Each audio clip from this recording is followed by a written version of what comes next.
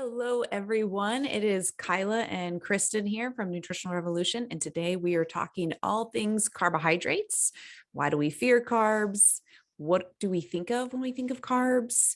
How does the RDA for carbohydrates look for Gen Pop versus maybe an athlete? What do we see in the literature? How does it maybe affect immune system?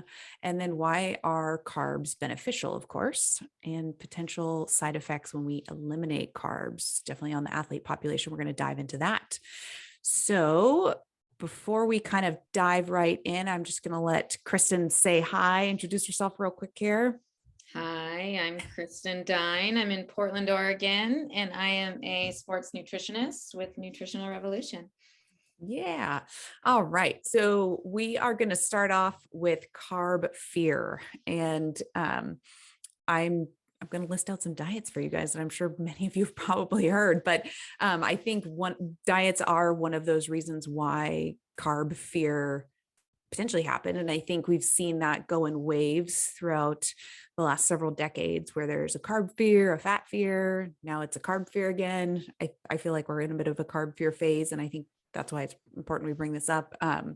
But there was, well, definitely present now. I'm sure all of you have heard of the keto diet, very low carb. So whether that makes you fear carbs or not, but, and I think the piece behind all this is that a lot of these diets are promoting low carb to very low carb or no carb, in the promotion that it's going to help you maybe lose that stubborn body fat. And so it does put that fear of carbs in a lot of people's minds. Zone diet was pretty low carb. Oh, yeah. I remember the zone bars. Yes. No, Protein power plan. I hadn't heard of that one prior I to don't either. researching for this. Atkins. We have the low carb paleo plan. And then there's a diet out there called just zero carb.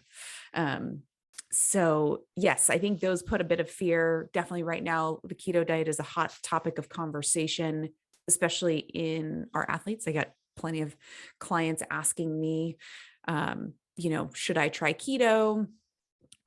Is it going to increase my fat burning effects for these ultra endurance events? Or I have, clients who are maybe doing more tactical based stuff, or maybe they're CrossFitting or lifting. Should I do keto? And I think Kristin has a good story to share from her past. Yes. So this was in about early, like 2011, 12. And I moved out to Portland and I started training for a marathon. I had never been like a really long endurance athlete. I always ran track. And so I started training for a marathon, and, I was training at a pretty high level. I was running with some pretty high level athletes. And this was the time when you would open Shape magazine or Self magazine, and it was all about low carb, like, the way to lose weight, the way to get fit, the way to look good is reducing your carbohydrates. And it didn't say in there, disclaimer, if you're training for a marathon or if you're exercising quite a bit, you need carbs, and so, this was pre my nutrition degree, so I had no idea. So I was, soaking up this information from these magazines, and probably, I was getting close to 90 miles a week running. Wow. I was getting fast, obviously with running, sometimes that happens, like you perform really well until all of a sudden you don't perform at all, which is what happened. I wasn't eating prior to my runs because, the only thing I could think of tolerating was carbs, but carbs were bad. That's what the magazine said. And, after I was eating a ton of protein, but I wasn't refueling my glycogen stores. And so over time, my body was just getting more and more depleted. I was losing weight. And then honestly, I think I was so broken down that one day I was surfing and I was getting out of the water and I just like tripped on a little rock and my ankle just snapped in half. So Oh my gosh. there's no way that a healthy body that should happen. And so, just that was my lesson learned of, okay, I was not fueling my body properly, but according to the magazines I was. So you got to take things with a grain of salt. Don't go to Google for which diet should I do, because there's proponents of every diet. Yeah. So they'll be able to tell you, proponents of the keto diet on Google will say, well, yeah, it's great for endurance athletes. Mm-hmm. So yeah. Do you think when you eliminated carbohydrates, you also were in a caloric deficit? Oh, 100%. Yeah. 100%. Yeah. Yeah. Yeah. I think there's different parts to like keto, for example. If you cut out carbs, but do keep calories the same, there is that initial, maybe in the first week, where we see maybe even a pretty significant drop in the scale solely because of water weight leaving with the glycogen stores. And so people kind of get motivated by that and want to stick with something like keto, but then they realize week 2, week 3, scale's not moving maybe at all, or not definitely not as quickly as it was week 1. And so, yeah, it is something to kind of keep in mind for the athletes. But yeah, the Shape magazine and the media is very deceiving when it comes to, I mean, some of that stuff I wouldn't even suggest for Gen Pop non-athletes, right? But yeah, to have someone, running and training 90 miles a week and in a significant caloric deficit, that can set us up for success. So we definitely get those questions from athletes. That's why we are diving into this topic as well. And I think an important piece to cover is like, what do we think of when we think of carbs? And I think people's first thought is cakes, Donuts. yeah, cookies, white sugar, muffins, scones, soda, and you're not wrong. Those are all for sure carbohydrates, but some things that are also carbohydrates are veggies, peas, carrots, apples, berries, celery, radish, seaweed, like all of those things are carbohydrates as well. And so where I think people maybe get confused is they want to eliminate carbs and processed carbs. And maybe there is a place for that for sure. I think there's always a time and place for some food items. So, replacing some of that with more real food, whether the goal is weight loss or it's just getting more nutrients in your diet, you look at these cakes, cookies, things like that, and compare that to a bowl of fruit or a salad or something like that. The nutrient content is going to be significantly different, even if the calories are the same. So if you're getting 200 calories from a donut or 200 calories from a bowl of fruit, you're likely not getting nearly as many nutrients from a donut as you are from fruit. With that being said, there's a time and a place for a donut, right? Probably after those 20-mile runs. Exactly. Yes. So I think it's important that we clarify that veggies are carbs too, and fruits are carbs, and those carbs are incredibly beneficial too for our system. So, and for many reasons, which we will dive into for you guys. But I think I was talking with Kristin before we hit record here. Is I remember through, I think, my schooling, just seeing a lot of what I believe it was the CDC that was putting it out. Those kind of like big long-term charts that looked at the US populations, like obesity rates, and how does that line up with their energy intake or carbohydrate consumption, and are they trending in the same direction? Are we consuming more fats and our body weight is going up? And so I think that's something that maybe has stuck in some people's heads. I'm sure you've seen it, and I think it was in like the New York Times and that kind of stuff over the years, and they tend to put them out every so many years as they gather that data. But what is really interesting is the one of the ones I'm looking at right now in front of me is by the CDC and NHANES. They looked at obesity trends from 1960 through 2008, and how did that translate with energy intake. And interestingly enough, our obesity and very obese rate, they say, or consistently trending up. There's no argument there. But the energy intake kind of tapered off. It looks like around, I'll say like maybe 2003. So energy consumption overall potentially is actually, from a kilocal perspective, is going down, it looks like, from what they're reporting here, whereas obesity is still going up. And whether that has to do with us sitting more, moving less. Processed foods. Yeah, We've really made a shift to convenient processed foods. totally. So, it all depends on what you're eating as well. Exactly. So our donut example, right, is yes, a donut is not going to contain as many vitamins and minerals as the equivalent calories from fruit.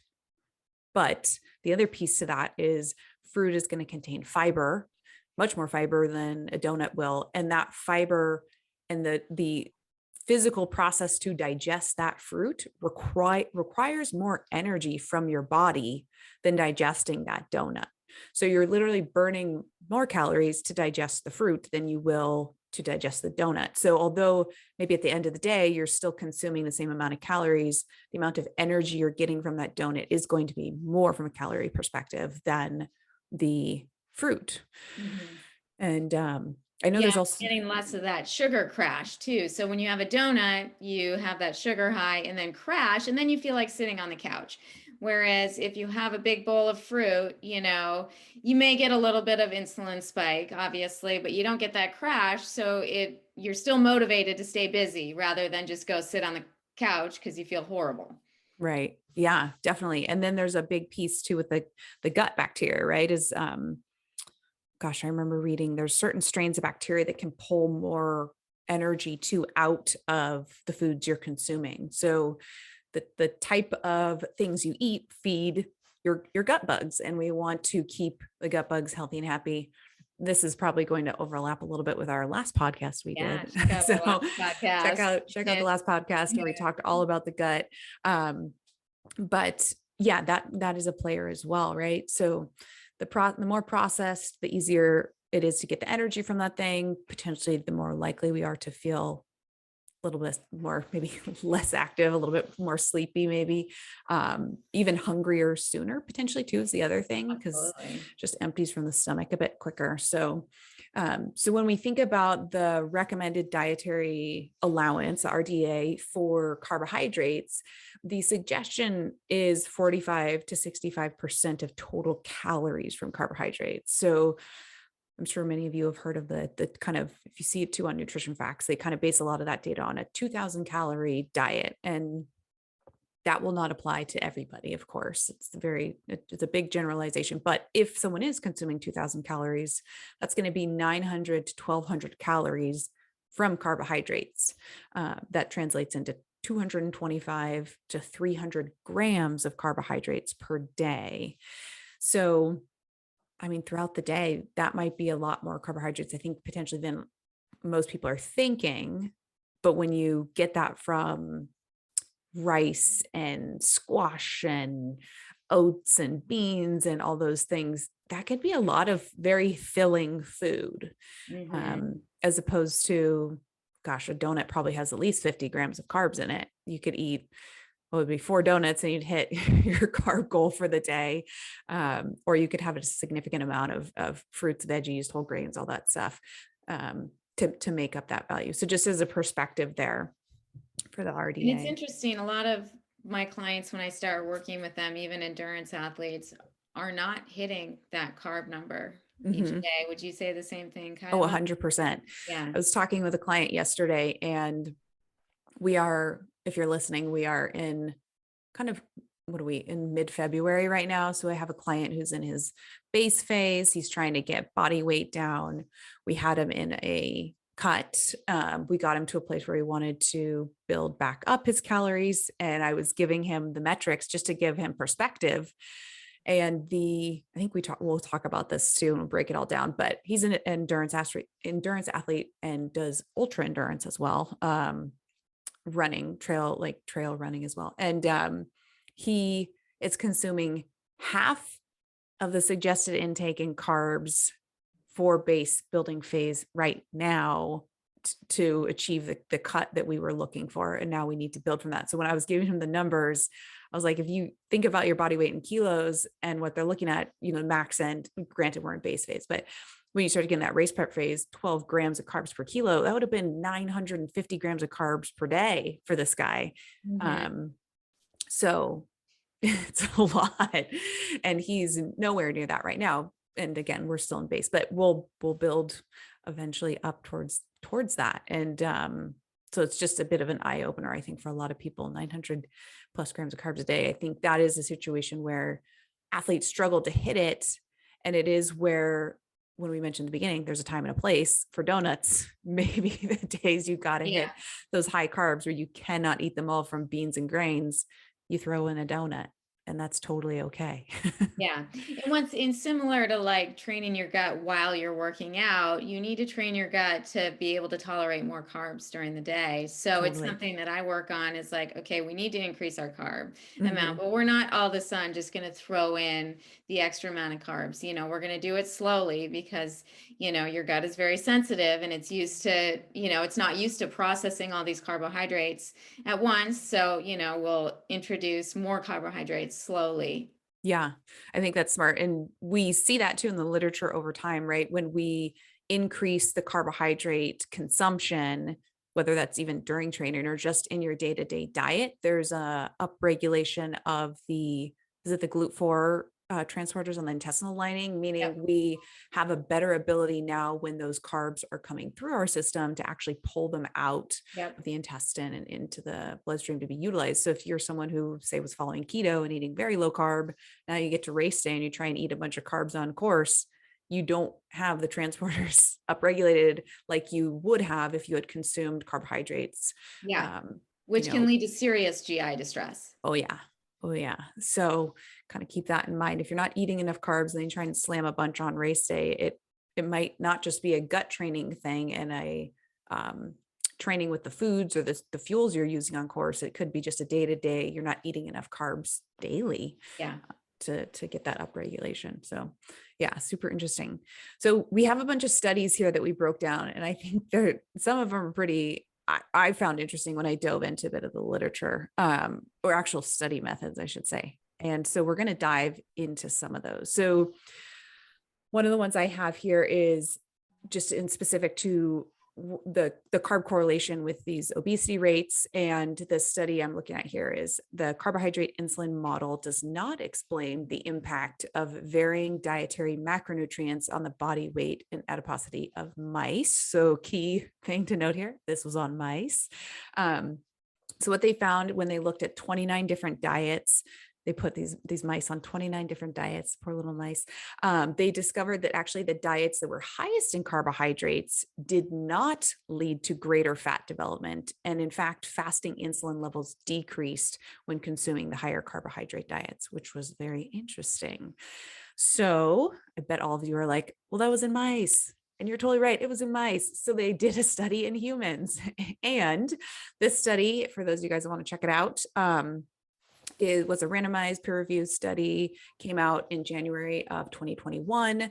Effect of plant-based low-fat diet versus animal-based ketogenic diet on ad libitum energy intake. So this one was somewhat small sample size. They had 20 adults. They were in their 20s to 30s. They broke them into two groups. They had one group eating as they would, but a minimally processed, primarily animal-based, and they did a keto low carb approach here. And to get some numbers, 75% of their diet or calories they consume were from fats, 10% were from carbohydrates. And then in group 2, they actually followed a processed but plant-based lower fat diet. And their energy intake was actually opposite of group 1. So 10% of their calories were from fat. And I will add that is very low amount of fat. You should at a minimum be 20% of your calories from fat. And we can do a whole podcast on why that's important. And then 75% of their energy consumption was from carbs. So that is above that RDA of 45 to 65% of energy intake. And what they found when they followed these individuals for 2 weeks. They then switched and did the alternate diet for another 2 weeks. So there was crossover, and they found out that the low fat diet led to less energy consumed, meaning the people who were consuming the 75% carbs in their diet ended up eating less throughout the course of the day, and had, I said, in fact, had a higher amount of body fat loss, interestingly enough. So cons, it was a small study group in a short duration, so something of interest. But it was done in humans. So that leads us, as research goes, we test typically in animals, see if there's some validity there. Then we expand to a small human population, and then potentially to a larger human population to see if it continues to follow that trend. So one last study I'll bring up, it's a larger study. So we went from mice to small amount of humans to a larger amount of humans.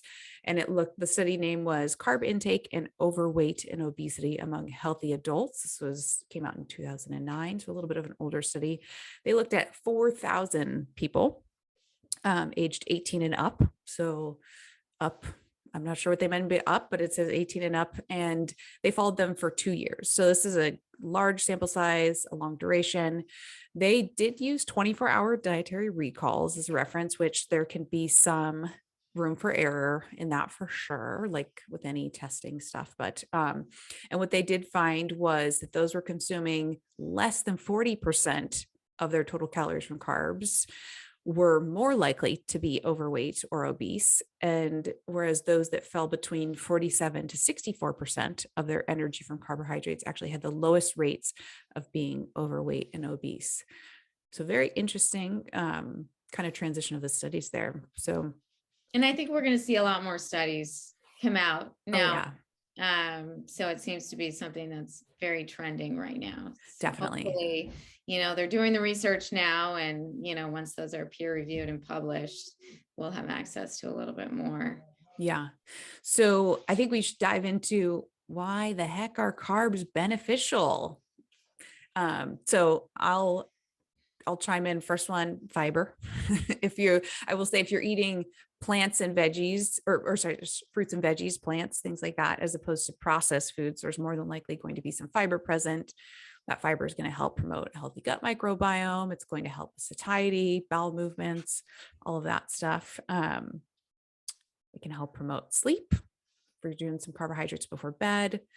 A lot of times our grains will contain a lot of B vitamins, as well as not just grains, but carbohydrates, plants, veggies, also very rich in antioxidants.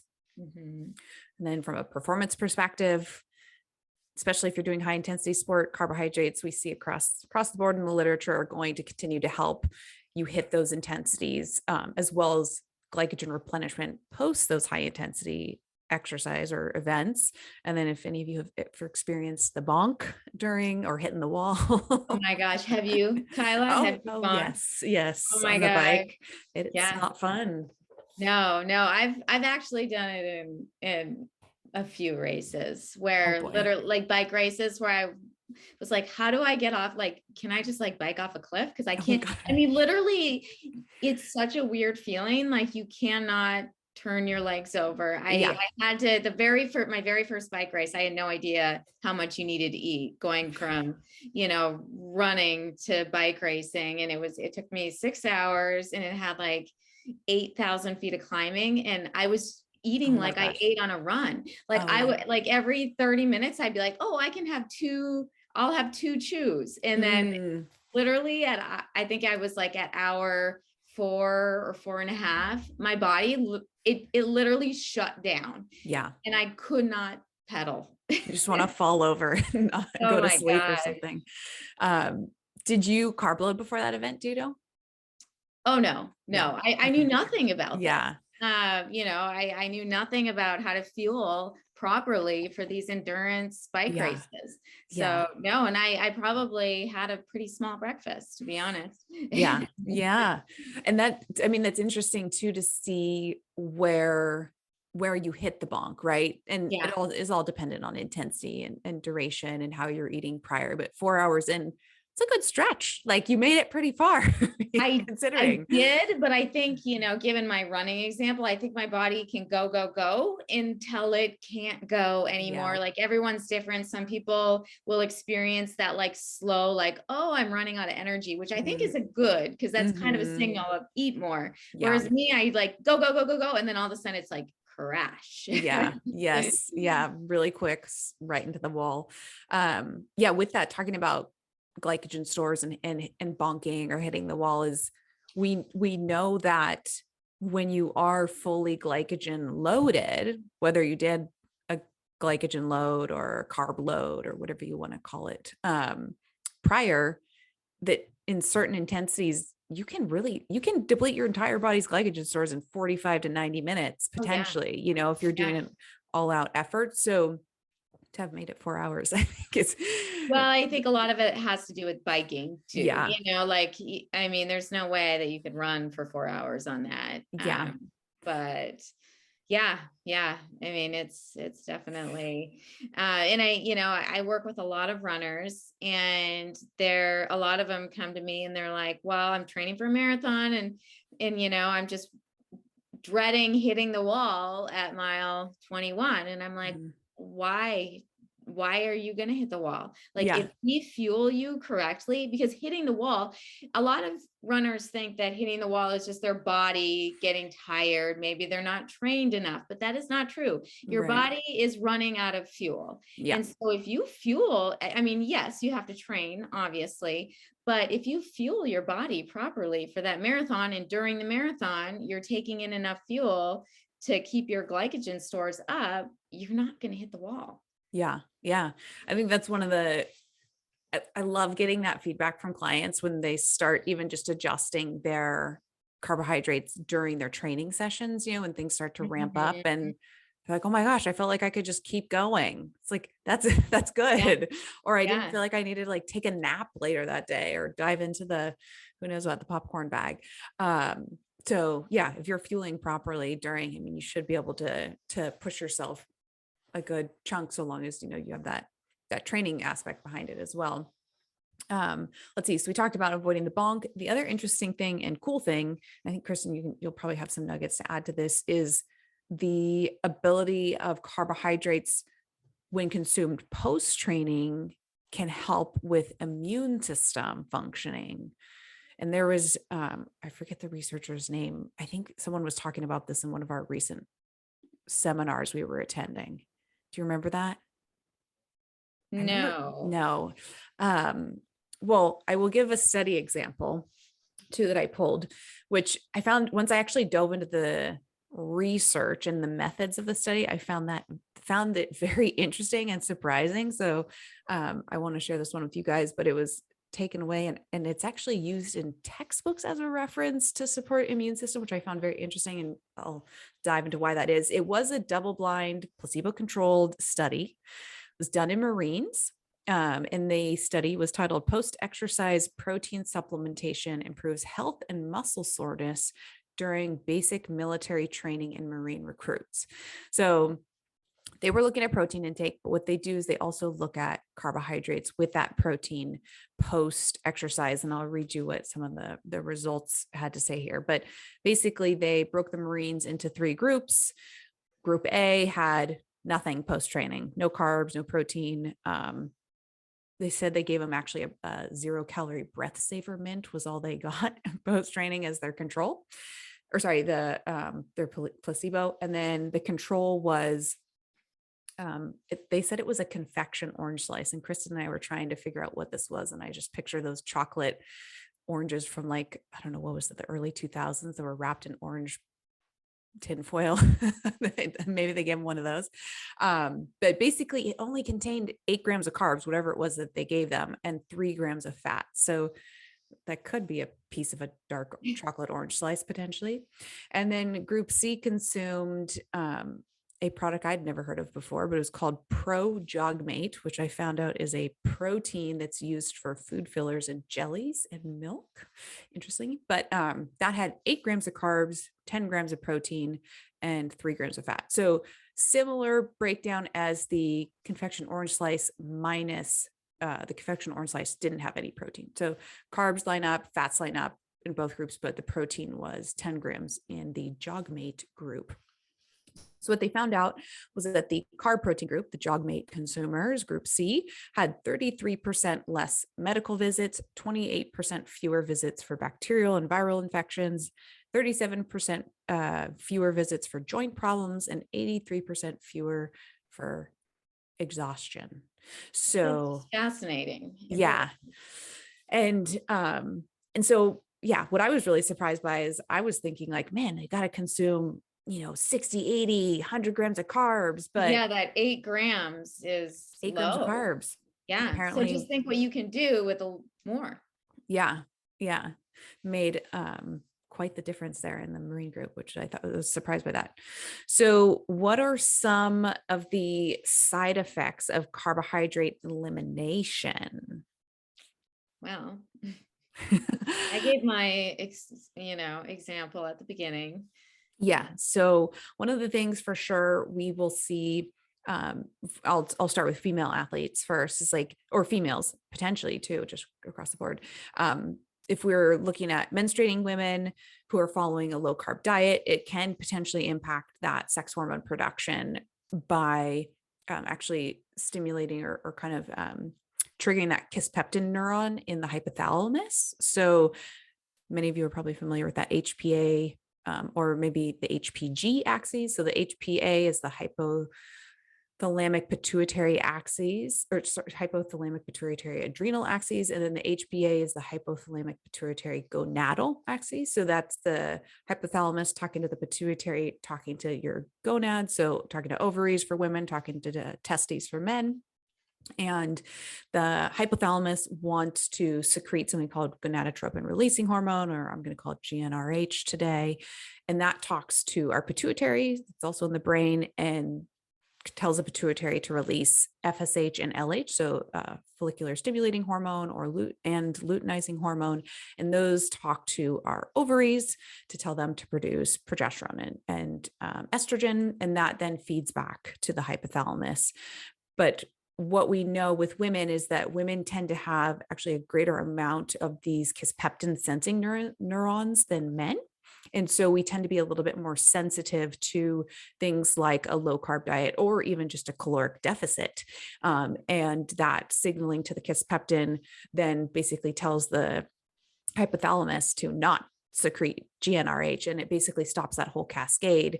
And thus we can have irregular cycles, we can lose our menstrual cycle, things like that. So just being mindful if you start to see some irregularities in your cycle when you go low carb or you're in a caloric deficit, just be mindful of that, because that estrogen and all that cycles back to how we can build muscle, how we recover, how we We could support do a our whole bone. podcast Yes. on, the dangers of, Yeah. messing your cycle up for sure. Yeah. And I think we might even have a blog post on this, right? On Red S and all that stuff. Yeah. And then from a athlete perspective, we think about, I think our audience is mainly endurance athletes for sure. But when we think about carb elimination for athletes, when we start consuming, say, less than 42% of carbs in our diet, we see that the high intensity performance for sure declines. So kind of keeping an eye on that. And I think a lot of times, if you are tracking any food intake or you're looking at a meal plan or things like that, making sure that you're including at least like a good solid kind of handful of carbs at each meal for sure, to help kind of bump you up there to get above that 42%. And I will say too, that was specific in events lasting longer than 75 seconds or that include intervals. So most of our audience is training longer than 75 seconds. I know that. So, and many of you are doing interval work. So I think a lot of you fall into that category. If your carbs are less than 40%, 42% of your energy intake, that can affect that performance. So thinking about the time of year it is right now, mid-February, maybe you guys are in your base phase. Maybe you're not doing too much high intensity work. Maybe that's not affecting you right now, but once you start to get into that race prep phase, there should be some shifts going on there when it comes to potentially macronutrients as well as overall calories too. Yeah, and Uh, keep in mind that, the types of carbs you consume will vary depending on your workout as well. For those higher intensities, when our body is burning mostly carbs, if we're going out to the track and doing 400-meter repeats, like our body is relying mostly on carbohydrates for fuel. So we want to give it a quick energy source. Like, it's probably not good to just have some brown rice before you go. There's fiber in there. It's going to take your body a lot longer to digest. We mhm. want those quick carbohydrates. That's the time for, the gummies. I'm a big fan of gummies, as you can tell, but or any sort of quick carb, even a banana is much better than some sort of slow processing carb. Yeah. When you say gummies, are we talking like scratch chews? Or are you talking like Haribo? Either one, to Yeah, be honest. I have. I mean, when you look at it, like I a lot of my athletes, I want to use scratch in their races because I like the fact that it also has electrolytes in there Mhm, too. But mhm. some, you know, I mean, you get the same sugars Totally. from the other gummies. Yeah. So usually I do practice what you're going to do on race day. So most of my Mhm. clients do scratch, but I mean, Yeah. I'll bring gummy bears on bike rides, Yeah. backcountry ski sessions. They're Yeah. cheap. Yes. I have seen quite a handful of athletes using gummy bears, and Yeah. they, I mean, or gummies or whatever it is, but that whole concept is they're made up of quick sugars, and those digest really easily, and they'll take them on rides when they're doing hill work or things like that. And Yeah. that's a great source. If you were to try and eat, I don't know, refried beans while you're up there, that's not going to happen. Your gut is not going to tolerate those types of carbs. So there, again, there's a time and a place, and there's really actually a huge potentially performance benefit of having these quick digesting carb sources at certain times to support those efforts. So Mhm. yeah. And then let's see. I want to bring up a study too, talking about carbs and fueling and keeping things on board. There was a study that title was Omission of Carbohydrate Rich Breakfast Impairs Evening Endurance Exercise Performance Despite Complete Dietary Compensation at Lunch. So this was a super interesting study, also randomized crossover. They were looking at whether people who completely didn't, whether they didn't eat breakfast or had very like a low carb breakfast, that how that affected their training session way later in the day, the evening session, even if they made up those calories at lunch. And what was interesting is that they found out there was a 3% decline. So some of you, 3% might seem minimal. Other folks might be like 3% is enough, like enough for you to make a change. But that 3% decline in mean power output had them do a 20K time trial at the end of the day. And they also had a increased perceived effort, those who didn't consume breakfast or had a low carb breakfast. So something of interest there is it's not just about making up your calories throughout the course of the day and hitting at any point of the day. It is the spread of those calories seems to have an effect too on Yeah. I mean, performance. when you think about it, we're still burning energy from breakfast to lunch. Most of us aren't just sitting on the couch from breakfast to lunch. So if you don't eat any carbs at breakfast, you're going into you're depleting your glycogen stores even more. So then, when you do eat some carbs at lunch, you have a bigger gap to make up, and you may not even make up, you may be so depleted that you don't even make up that gap. And then Right. that's why you feel that later in your workout session. Yeah. Yeah. So eat your breakfast, folks. I will also say to depend if you're training later, don't just have carbs for breakfast, have some protein with it to keep a nice blood sugar response in the morning, since you won't be training for a while. You don't need your gummy bears for I can't eat my breakfast. gummies at breakfast. Save those for later. Yeah. So the other thing to be of concern, which I think we kind of talked a little bit about, is, if that carbohydrate is low because maybe you're trying to do a low carb diet, in Kristin's example too, right? Is if you're eliminating carbs and calories. So now you're still eating all the same things, but just cutting out all the carbs. Now you are in a caloric deficit. That can absolutely lead to increased upper respiratory tract infections, fractures, injuries, those kind of things. So just being mindful if you start to, I don't know, get sick more often, or you're not feeling fully recovered, you're getting more injuries, like be mindful of, have you significantly cut some calories out somewhere, and are you not eating enough potentially? And then I just want to dive into the suggestions here for carbohydrate intakes for endurance athletes.